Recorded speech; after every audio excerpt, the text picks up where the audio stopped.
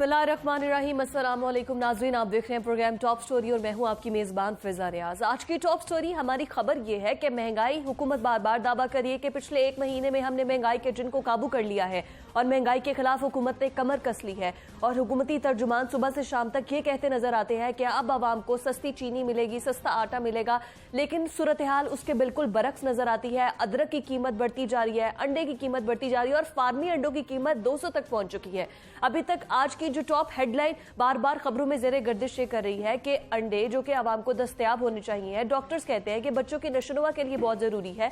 सर्दियां आ चुकी है, अंडों की डिमांड में इजाफा हो गया है, लेकिन सूरत हाल इसके बिल्कुल बरक्स है। अंडे नायाब तो हुए हैं, उसके साथ साथ बहुत महंगे दस्तयाब हो रहे हैं, 200 रुपए दर्जन में दस्तयाब हो रहे हैं। यह है अंडे की सूरत हाल। अलबत्ता चिकन जरूर सस्ता किया है, लेकिन और बहुत सी ऐसी चीजें हैं जो कि अशिया जरूरियां हैं जिनको महंगा कर दिया गया है। और इस तरफ ना तो खास कोई तवज्जो दे रहे हैं और ना ही उनकी कोई काबीना तवज्जो दे रही है। लेकिन सुबह से शाम तक ऑपोजिशन के खिलाफ, ऑपोजिशन को बताने के लिए कि हम क्या क्या कर रहे हैं, आपने कितनी चोरियां की है, ये बताने के लिए सुबह से शाम तक तर्जुमान ऑन स्क्रीन पर रहते हैं, ये बताने के लिए। इस टाइम मेरे पास कुछ फैक्ट्स एंड फिगर्स है जो मैं आपसे शेयर करूंगी। हुकूमत जो बार बार कह रही है कि हमने 4 हफ्तों में महंगाई को काबू कर लिया है, तो सूरत हाल इस वक्त ये है कि जो यूनाइटेड नेशन UNDP एक इदारा है, उसमें पाकिस्तान जो जितने भी मुमालिक हैं उसमें हम पहले 152 नंबर पे थे जो कि तरक्की कर रहे थे। हमारी लिस्ट में जो हम आते थे वो 100 से भी ज्यादा 152 नंबर पे, अब हम 2 दर्जे तनज़ली से 154 पर आ चुके हैं। और हमारी जो GDP है वो 0.5 है। वो GDP जो कि नून लीग की गवर्नमेंट जब छोड़कर गई थी 2018 के इंतखाबात से पहले, तो वो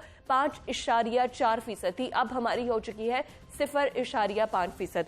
और इस वक्त जो पाकिस्तान का इदारा शुमारियात है वो बताता है कि 2018 में तकरीबन जो माहाना $300 से ज्यादा कमाने वाले लोग थे उनकी तादाद थी 1,60,00,000 और अब ये तादाद 56 लाख तक रह चुकी है। यानी कि मंथली जो कमाते थे $300, वो उनकी तादाद 1,10,00,000 से कम हो चुकी है। अब सिर्फ 56 लाख लोग जो है इतनी अमाउंट कमा रहे हैं, मतलब कि इतने लोग बेरोजगार हो चुके हैं। तो हुकूमत की ये खुद पाकिस्तान का इदारा शुमारियात बता रहा है, तो ये खुद सोचना चाहिए खान साहब को कि जो लोग खुदकुशी करने पर मजबूर है, हमारे मुल्क के वो वजीर आजम है, उन्हें ये कहना नहीं बनता कि मैं क्या करूं अगर वो खुदकुशी कर रहे हैं। खैर, पाकिस्तान की महंगाई को, तूफानों के बहरान, जो महंगाई का तूफान था उस बहरान में छोड़कर गई PMLN और पीपल्स पार्टी, जो हुकूमत इल्जाम लगा रही है कि हम जो पिछला कर्जा है वही उतार उतार के थके नहीं है, कि मजीद कर्जा चढ़ता जा रहा है, इस वजह से महंगाई बहुत ज्यादा है। लेकिन हुकूमत ने, इस हुकूमत ने, PTI की हुकूमत ने 2 सालों में महंगाई को कंट्रोल करने के लिए क्या इकदाम किए हैं, इस पर हम बात करेंगे। लेकिन सबसे पहले राजा अतीक साहब की जानिब में चलती, जो कि सदर Pakistan poultry association Punjab north zone हमारे साथ मौजूद है। सर, बहुत शुक्रिया आपके वक्त के लिए। अतीक साहब, ये फरमाइएगा कि अंडे इतने महंगे, तकरीबन 750 टर्नओवर है, 750 बिलियन का, और तकरीबन 10 से 15 लाख लोग इससे वाबस्ता है। आखिर अंडे इतने महंगे, बुनियादी वजह क्या है? सब जानते हैं कि सर्दियों में अंडों की कीमत जो है वो ज्यादा हो जाती है और इसकी डिमांड भी ज्यादा हो जाती है, क्योंकि जैसे डिमांड बढ़ती है तो कीमत तो ज्यादा जाती है इकोनॉमिकली अगर मैं बात करूं। लेकिन 200 रुपए दर्जन फार्मी अंडे। बिस्मिल्लाहिर्रहमानिर्रहीम। थैंक यू वेरी मच फिजा, आपको मुझे ऑनलाइन लेने का। असल में हमारी जो डिमांड है, मैं अंडों की स्पेसिफिकली आपकी बात करूँ, जो आपने अंडों के बारे में कहा है कि अंडे क्यों नहीं हो गए हैं, डिमांड जो है वो 10 मिलियन की है, लेकिन हम प्रोड्यूस जो है वो 40 मिलियन कर रहे हैं। ये प्रोसेस जो है इसको 2 साल के पीछे की जो है ना GP जो होता है, जो उसकी ग्रैंड पेरेंट है, वो अगर हम 750 चूजा कम डालें तो 3 मिलियन एग जो है ना वो कम निकलते हैं। तो आपको पता है पिछले 2 साल से आप नुकसान कर रहे हैं, और उसकी मेन वजह जो है प्लस फीड के, हमारी जो पोल्ट्री है इसमें जो अंडे पैदा करते हैं और जो गोश्त करते हैं मुर्गी का, जो है उसके 70% दारोमदार जो है वो फीड है, और फीड के ग्रेन्स जो है ना वो बहुत महंगे हो गए हैं और अवेलेबिलिटी भी नहीं है। 1800 रुपये मान भी बोली मिल रही। तो हम हुकूमती जो दौरान है मिनिस्टर्स, हम तमाम मिनिस्टर्स मीटिंग की है, उन्होंने बड़े पॉजिटिव दिए, लेकिन डेढ़ वहां से हमें कोई हमें इंपोर्ट करने की इजाजत नहीं मिल रही मेज, क्योंकि मेज की शॉर्टेज है। अतीक साहब, मुझे ये बताइए कि मुझे आपकी बात समझ आ गई है, लाहौर की अगर डिमांड है तो वो 15 लाख चूजे डिमांड में है कि इतना मीट भी चाहिए और अंडे भी चाहिए, और सर्दियों की वजह से डिमांड बढ़ जाती है। मेरा क्वेश्चन प्लीज सुन लीजिएगा कि अगर आपको पता था, आप कह रहे हैं 2 साल से आप ये मसला फेस कर रहे हैं, 2 साल से आपको फीड जो है वो महंगी हो गई है, आप हुकूमत से बात भी कर रहे हैं, सर्दियां आने से पहले और इस तरह से अंडों की डिमांड में ज्यादा इजाफा होने से पहले आपने हुकूमत से कोई मुज़ाकरात किए, बताया कि ऐसा हो सकता है? जी बिल्कुल, बारहा बताया। और क्या रिस्पांस में सुनने को मिला? कोई रिस्पांस नहीं है। मतलब मैं बताऊँ ना आपको कि 2 माह से हम लगे हुए हैं। अभी रिसेंटली भी जो है कि हम आगे जो है ना, आपको जो है मतलब मार्च में हमारे पास ग्रेन्स नहीं है। नई जॉब आए तो शायद हमें, लेकिन अभी हमारे पास जो है ना ग्रेन्स नहीं है। फीड की कीमतें बढ़ी है, हर चीज की कीमतें बढ़ी है। आप कॉस्ट ऑफ प्रोडक्शन जो है बढ़ गई है। और मैं आपको ये बता रहा था, पिछले 6 माह से जो है ना फार्मर जो है ना 50 फार्मर जो है ना वो मर चुका है। उसने फॉर्म जो है बंद कर दिए। उधर हम प्रोडक्शन ज्यादा हो गई, वैसी बात है। ये टोटल जो है डिपेंड, ये हमारे हाथ में नहीं है। अगर हमारे हाथ में हो तो 6 महीने आवाम जो है वो 70 रुपए दर्जन अंडे खाते हैं। क्यों खाते हैं? हम तो इसको 200 रुपए से नीचे ना जाने। ये टोटली डिमांड डिपेंड करता है, डिमांड और सप्लाई पे। जब आपकी डिमांड कम होगी और सप्लाई ज्यादा होगी तो ऑटोमेटिकली रेट कम हो जाएगी। तो मैं अपने बाप को खुशखबरी सुनाना चाहता हूँ, इंशाल्लाह फरवरी में, जनवरी के एंड पे जो है ना अंडे जो है सस्ते हो जाएंगे इंशाल्लाह। मतलब कि दिसंबर के अंदर जब सर्दी पीक पर है और प्रोटीन ज्यादा चाहिए तो तब हमें अंडे जो है वो 200 रुपए में ही मिलेंगे। गरीब आदमी का बच्चा अंडा नहीं खा सकता। लेकिन ये मैं बताऊँ आपको, आप ये चेक करें, मैं आपको पूरा डेटा बताता हूँ कि पिछले 17 साल में मीट, वीट, मटन उसको देखें वो 80-100% जो है ना बढ़े।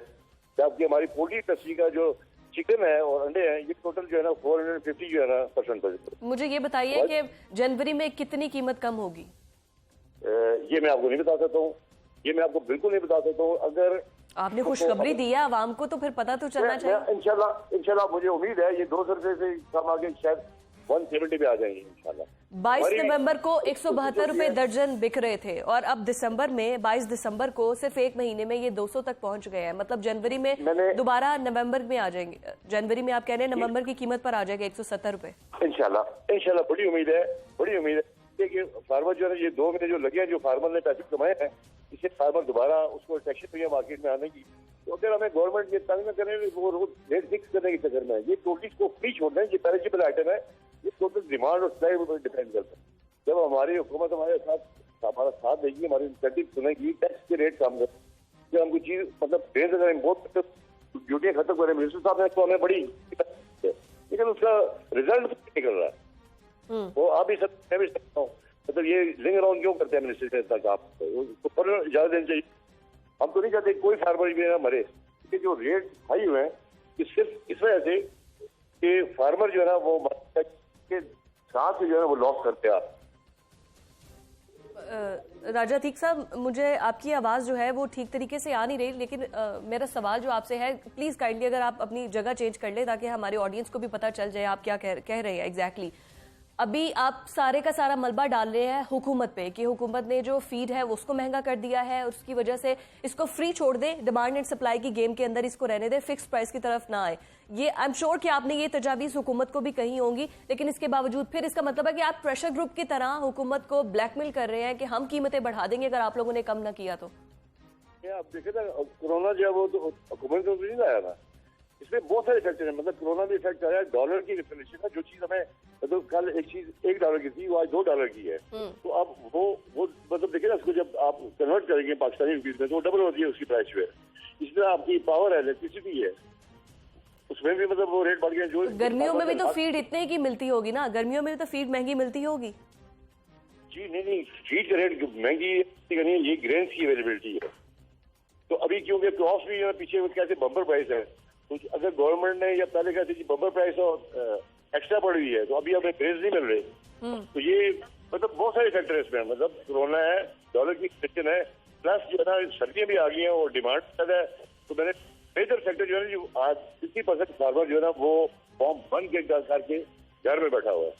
तो जब उसको रेट अच्छे मिलेंगे तो तब जो है ना वापस वो दोबारा मार्केट में आएगा। ये शॉर्टेज जैसे हमने देखा है कि गंदम की शॉर्टेज हुई और चीनी की शॉर्टेज की गई ताकि प्राइस को एक बूम मिल सके और प्राइस हाई हो सके, इसी तरह अंडे की भी सूरत हाल तो यही नहीं है?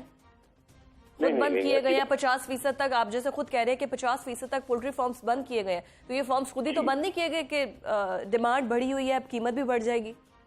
नहीं, देखिए जी, डिमांड वो तो देखिए ना, जब फार्मर को एक दफा नुकसान होगा तो बर्दाश्त करेगा, दूसरी दफा होगा तो वो कोई घर बेचेगा, सोना बेचेगा, जब उसके पास कुछ नहीं होता वो काम कैसे स्टार्ट करेगा? ठीक है जी।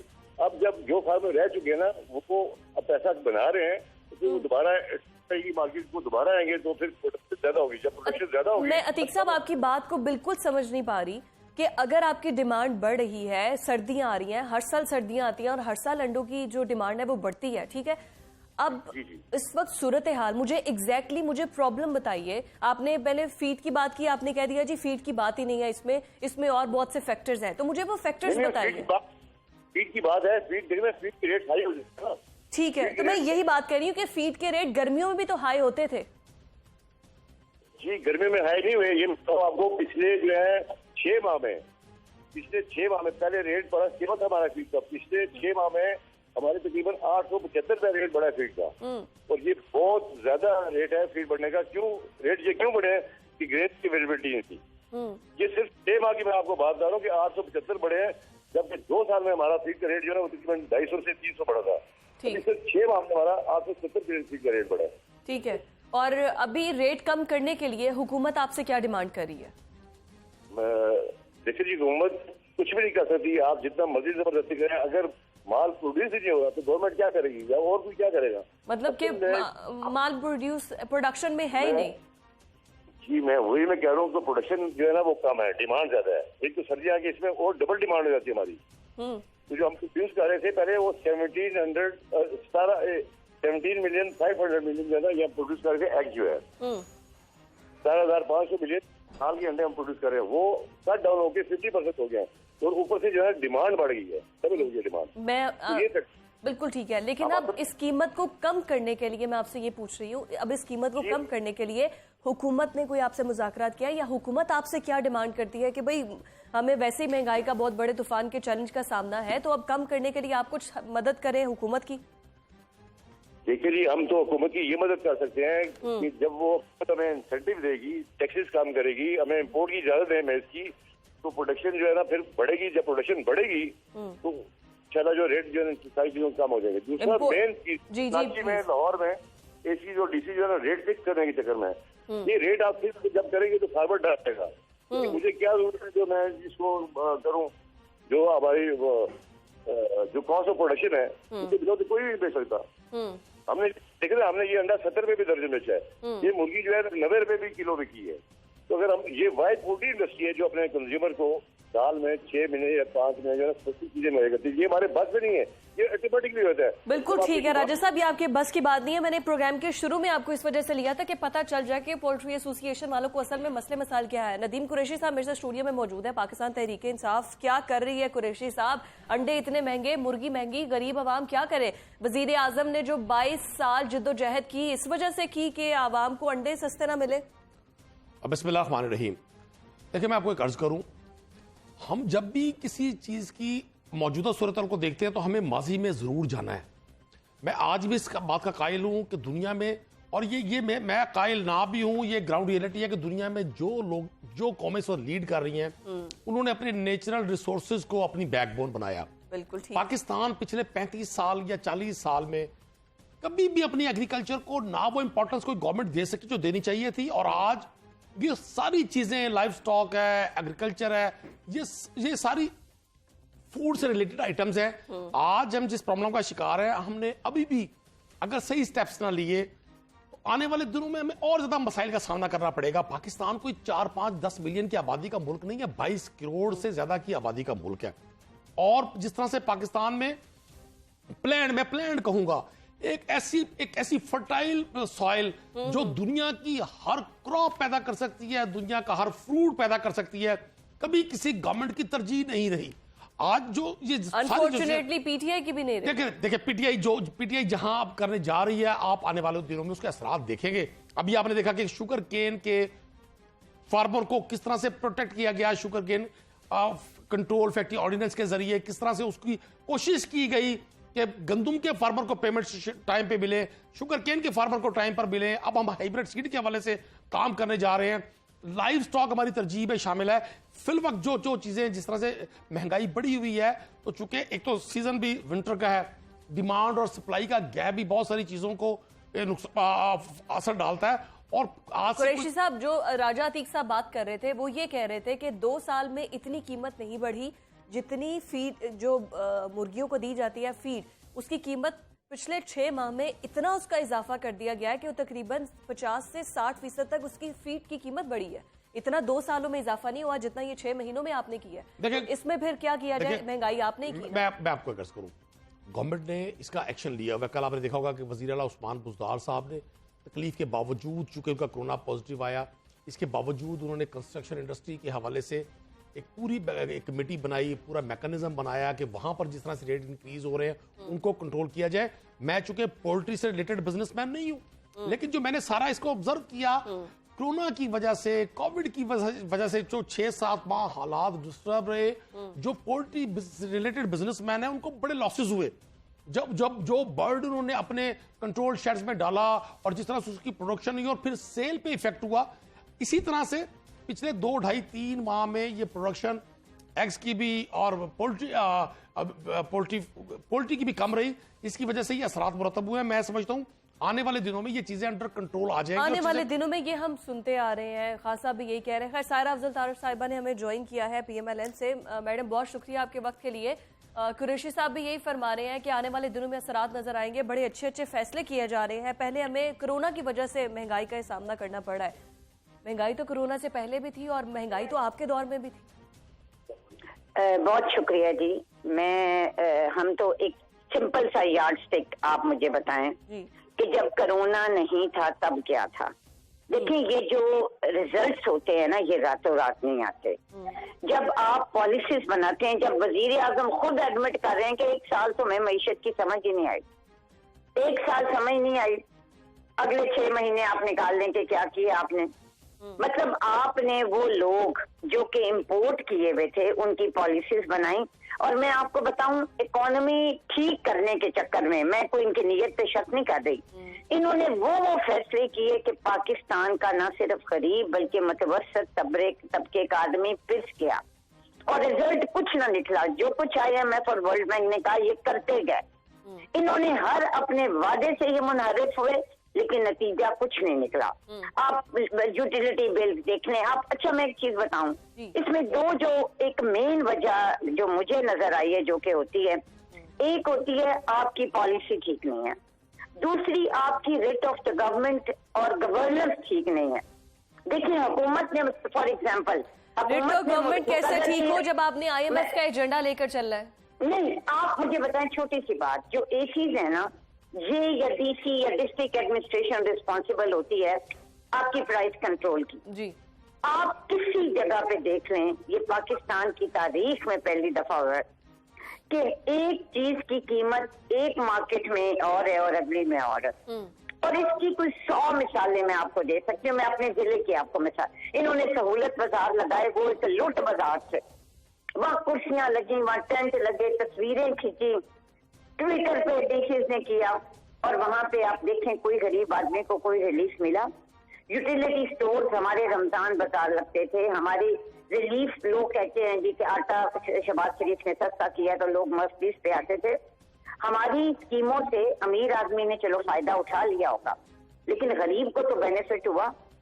आप रोजमर्रा जिंदगी देखें ये बातें प्रेस कॉन्फ्रेंस से या ट्वीट से या इस तरह सोशल मीडिया से नहीं होती। मैडम, मेरे पास जो फिगर्स हैं वो ये बता रहे हैं कि जो 2017 में हमारा इन्फ्लेशन रेट था वो PMLN के टाइम पे बड़ा हाई था, 4.15% आप लोग इन्फ्लेशन रेट 2017 में आपको भी फेस करना पड़ा था, महंगाई आपने भी की थी। दूसरा ये, जब खान साहब ने गवर्नमेंट संभाली 2018 में, तो गैस की कीमतों को बड़ी तेजी से बढ़ा दिया गया था, तकरीबन 10 से 143% तक गैस की कीमतें बढ़ाई। और असद उमर ये कहते नजर आए थे कि 154 अरब का खसारा PMLN की गवर्नमेंट हमारे लिए छोड़ के गई है, इसकी वजह से हमें गैस की कीमतें बढ़ाई, कर्जे इस वजह से। जी, मेरी बात सुने, ये हर चीज पे ये कह रहे हैं। आपने अगले दिन शायद साहब गाना बख्शी और नदीम बाबर के आर्गुमेंट सुने। देखिए, हम तो इनको कहते हैं कि मत करें, मत टॉक शो में मैं कुछ और कहूँ। आप हर इश्यू पे, प्राइस हाइक पे, इन्फ्लेशन पे, LNG पे, गैस, बिजली, आए हमारे साथ बैठे और मुनाजरा करें, हमारे साथ डिबेट करें। और पार्लियामेंट में जाने से आपने मना कर दिया, तो फिर पार्लियामेंट तो एक पार्लियामेंट क्या थी? पार्लियामेंट कौन चला रहा है? पार्लियामेंट की हैसियत क्या हुई? कोई एक लेजिस्लेशन आप मुझे बताएं, कोई एक लेजिस्लेशन इनकी मर्जी से हुई है? कोई एक लेजिस्लेशन मुझे बताएं कि जो आम आदमी के लिए हुई है? ऑर्डिनेंस पे ऑर्डिनेंस ला रहे हैं, क्या हुआ है? मैडम हमारे साथ ही नहीं, नदीम कुरैशी साहब से जान। कुरैशी साहब, ऑर्डिनेंस पे ऑर्डिनेंस डिलीवर क्या किया? देखिए, मैं कर्ज करूं, ऑर्डिनेंस पाकिस्तान का आईन कानून इसकी इजाजत देता है। हमें डिस्कस उस चीज को करना चाहिए नेगेटिवली जहां हम कोई आईन से बाला कोई चीज कर रहे हो। ऑर्डिनेंसेस भी आईन इजाजत देता है। इसके साथ साथ मैं मैडम की बात का जवाब दूंगा। अभी उन्होंने फरमाया कि जी प्राइम मिनिस्टर ने कहा जी मुझे तो 6 माह तक पता है। बिल्कुल ठीक कहा प्राइम मिनिस्टर ने, क्योंकि पाकिस्तानी कौम, हमने पूरी कौम को झूठ के लॉलीपॉप्स देकर इतना एडिक्ट कर दिया कि जब हम सच बोलते हैं वो किसी से बर्दाश्त नहीं होता। खान साहब ने कभी पाकिस्तान के प्राइम मिनिस्टर नहीं रहे थे। सच ही तो बोला कुरैशी साहब। उन्होंने जब इंटरव्यू दे रहे थे उन्होंने कहा जी गरीब आदमी खुदकुशी कर रहा है, तो उन्होंने कहा कि मैं क्या करूं फिर। ये शायद उन्होंने सच ही बोला था। बात होगी एक ब्रेक के बाद। नाज़रीन स्टे विद अस।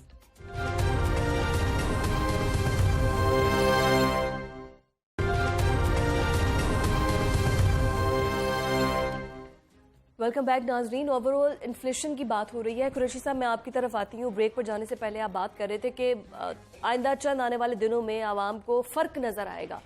2 सालों में तो हमें कोई फर्क नजर नहीं आया। देखिए फिजा, मैं समझता हूँ प्रॉब्लम वहां आता है जहां हुक्मरान बेखबर हों कि ग्राउंड पे सूरत हाल क्या है। आपने देखा कि इमरान खान साहब का कंसर्न कितना है महंगाई के हवाले से, और पूरे मुल्क में बिलखुसूस पंजाब में सरदार उस्मान बुज़दार साहब की गवर्नमेंट का जो मैकेनिज्म है, आज से 2 माह पहले जो अशियाए खुर्द-ओ-नोश थी उनकी कीमतें क्या थी और आज क्या हैं।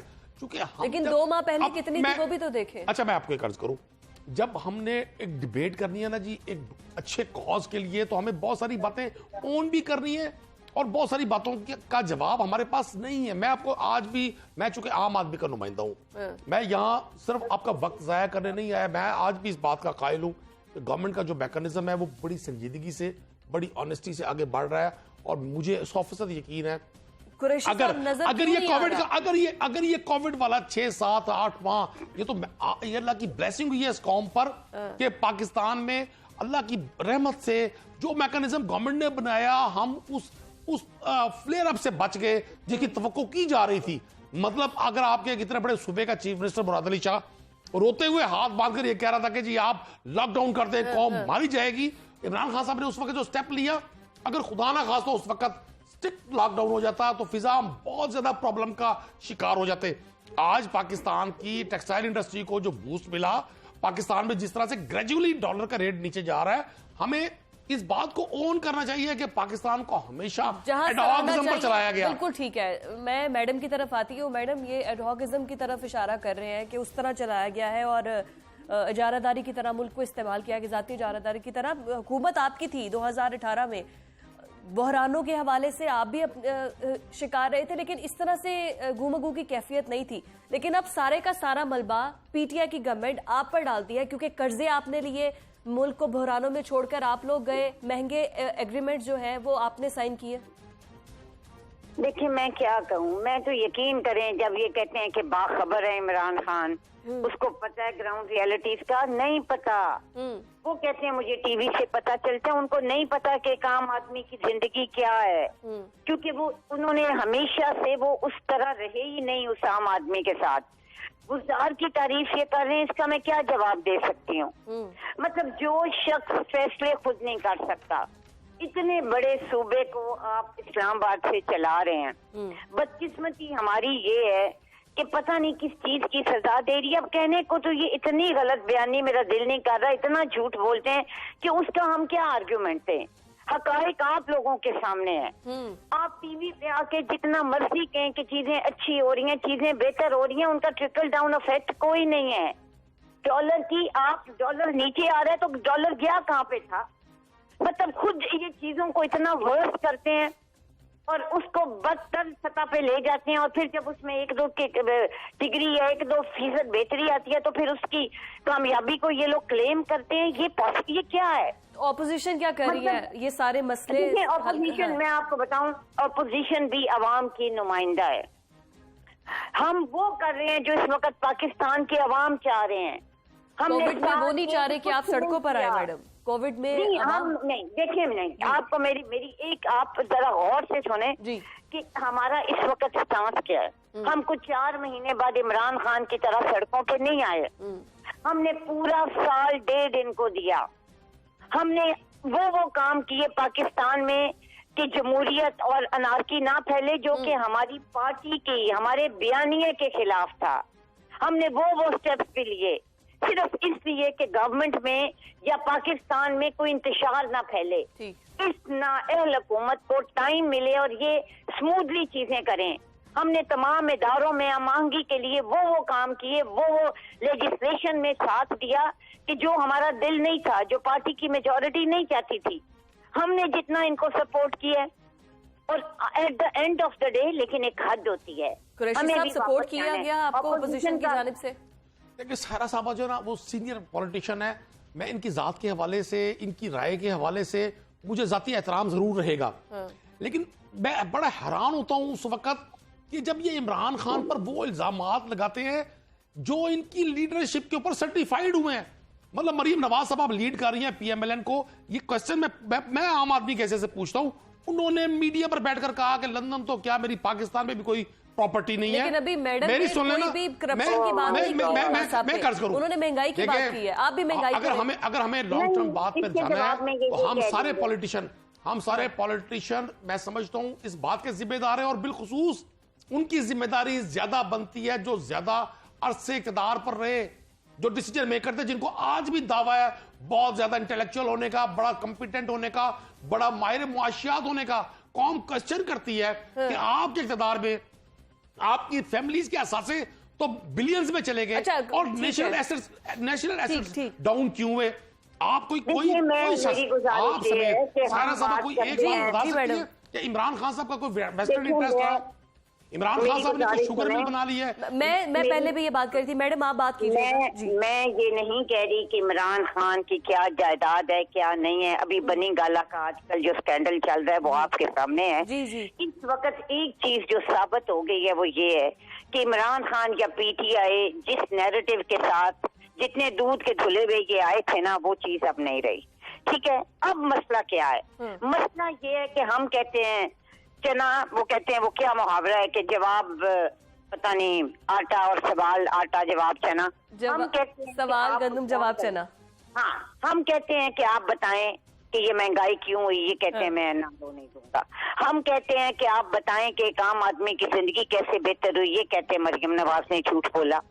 हम कहते हैं कि कोई अपनी इकोनॉमी को पॉलिसी बताएं, कोई बताएं कि आपने। लेकिन मैडम इन तमाम चीजों को नजरअंदाज भी नहीं किया जा सकता है कि अगर उन पर करप्शन चार्जेस है तो बिल्कुल ठीक है। आम आदमी की जिंदगी मुश्किल होगी तो हमें उसकी नुमाइंदगी करनी पड़ेगी। बहुत शुक्रिया मैडम, बहुत शुक्रिया आपके वक्त के लिए। मुझे एक ब्रेक की तरफ जाना है नाजरीन, ब्रेक के बाद कुरैशी साहब से जवाब लेते हैं, वो क्या कहते हैं।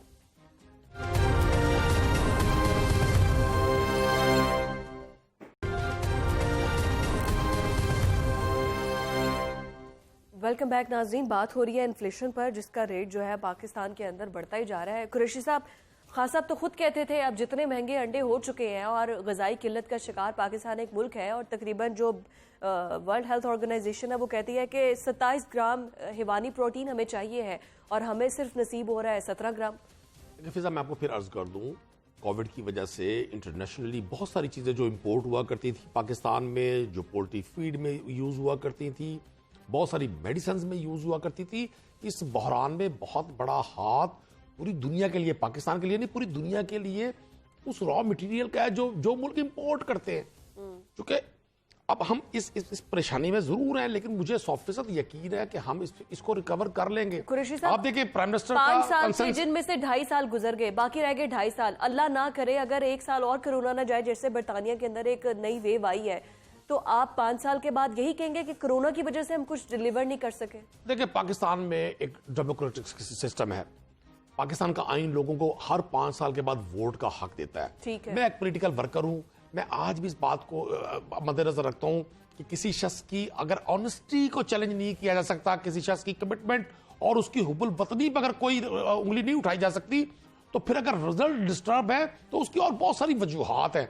मैं आज मुझे 100% यकीन है इमरान खान साहब का कंसर्न पाकिस्तान का आम आदमी है। जब कोविड में ये तमाम जमातें जो आज एपीडीएम की सूरत में वोट को इज्जत देने का नारा लगा रही हैं और लोगों को उकसा रही हैं कि इनके जलसों की जीनत बने, तो इमरान खान को इस टाइम ये है कि डिलीवर करके कुछ दिखाए। नाज़रीन, आज के प्रोग्राम से मुझे इजाजत दीजिए। अल्लाह।